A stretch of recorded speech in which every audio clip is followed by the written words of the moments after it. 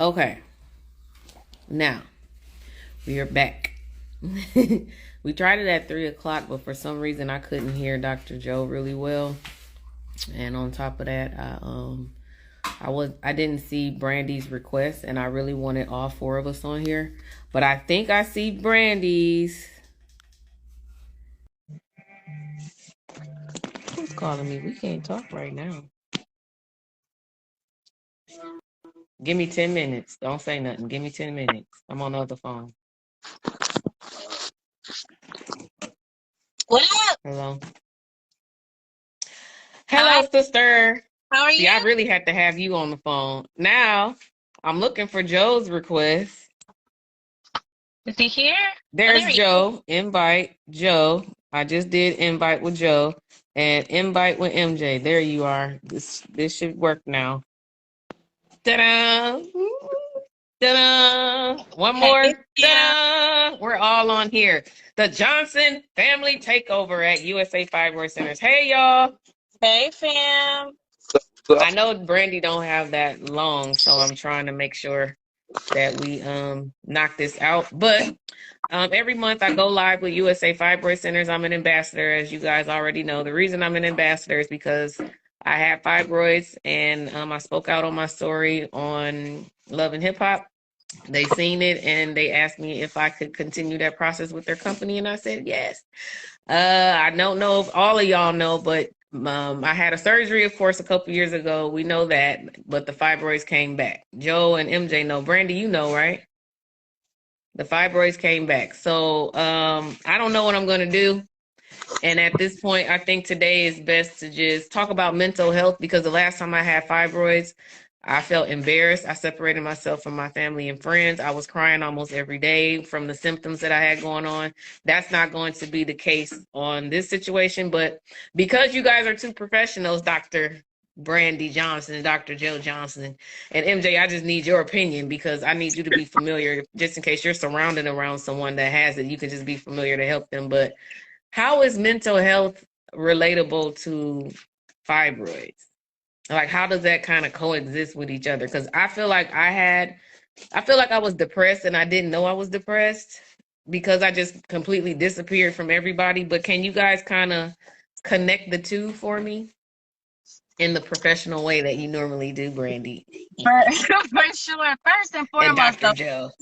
First and foremost, though, sister, I'm so glad you just said what you said. You said that is not going to be the case this time. You said, I'm not going to isolate this time. I'm not going to let shame prevail this time. You know better, and you know that we love you, and you've done an incredible job of kind of educating the masses so that you don't have to have shame.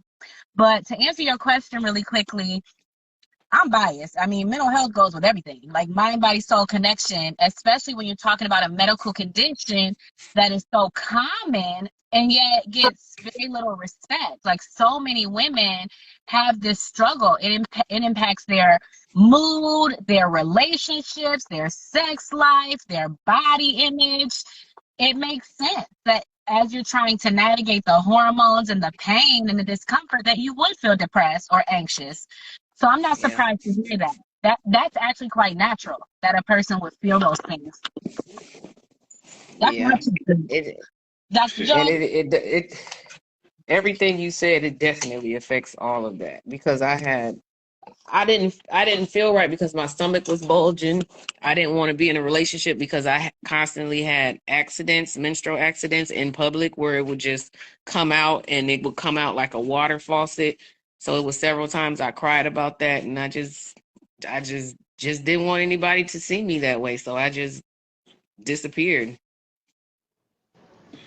I'm, Joe, how I'm do you feel it's a connection with mental health and fibroids? well, can I put a spin on it? And what I mean by that is, I think we also got to think about the impact that it has on the people around you as well, Oh yeah.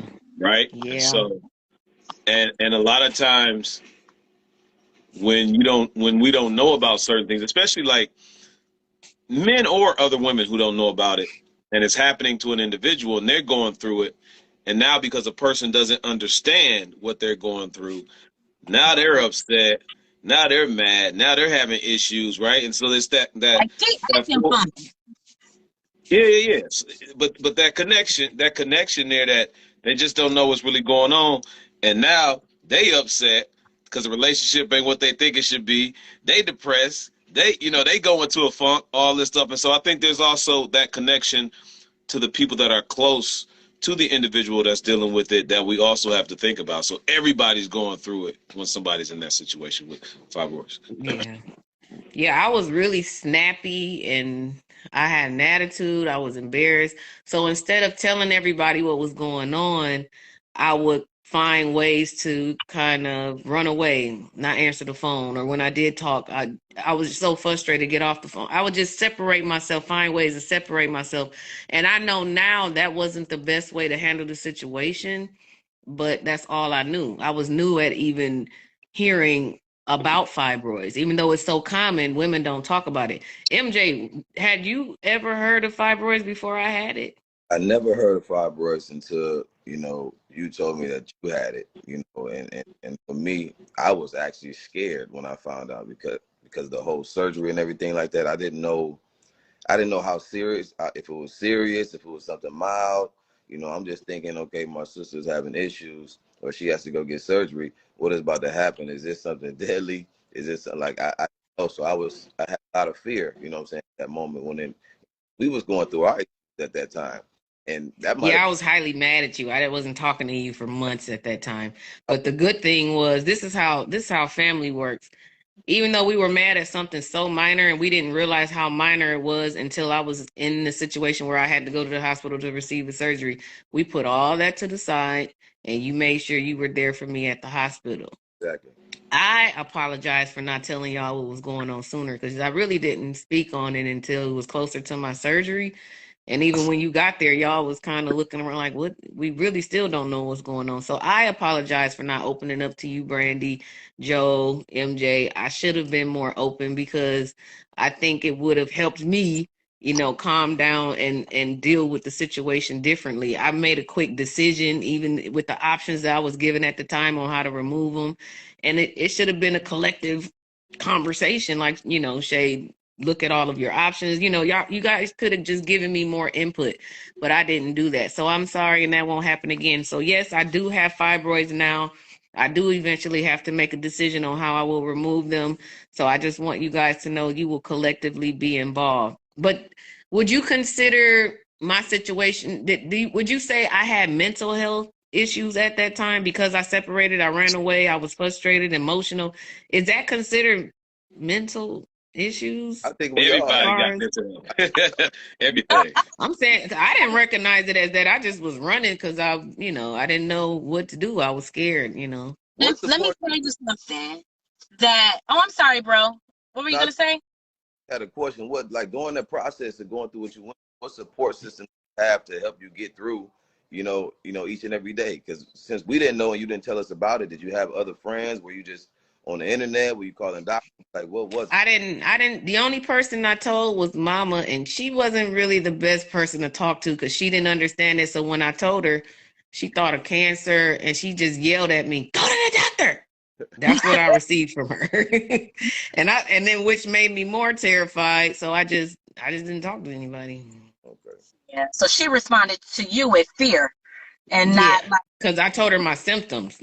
I said, what happened was I fainted. That's where I got this gash from right here. I fainted. I got up, everything was spinning. I fainted, fell out, and I had blood all over my face. And I'm like, okay, it's time to go to the doctor. So when I explained to her what happened, she just went into a panic attack, and it didn't help. But she didn't understand it either. But what were you going to say, Brandy? No, this is the Because thing. I want to know if was that considered mental health issues that I was having back then. Well, everything is mental health, but to be specific, like something that I've been talking a lot about lately is how I don't want to like overgeneralize, but when people think of depression, they think of somebody that's like sitting in the corner crying all the time or kind of suicidal, and that can be it. But among a lot of women of color and Black women or resilient women, I won't even just say racially, our depressiveness comes out in irritability and like a shortness, like your temper. That's how it Yeah. manifests. It's because you're like highly functioning, like you still do what you got to do, but your mood, like you're emotionally dysregulated all the time, and the anxiety too, like that go to the doctor. That's like anxious. That's like an Yeah. anxious response. That's not meant to be mean, but it's like I'm feeling uncomfortable, so I'm about to make you hurry up, hurry up, hurry up. So yes, Yeah. you were going through a depressive spell, maybe. I don't know. Well, you know our mother. She doesn't express herself in the best way a lot of times. So when she heard all of the symptoms, I think immediately she just went negative with it.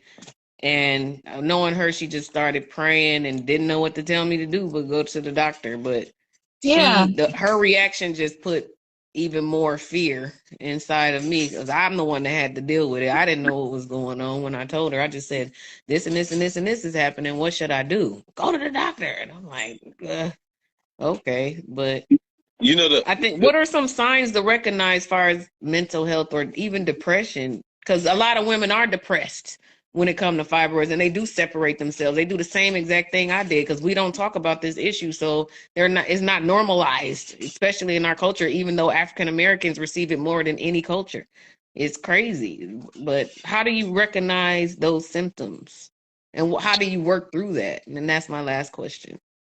Well, you can see, you can see some of the things that might not always look like it's mental health in a sense. Like, for instance, overworking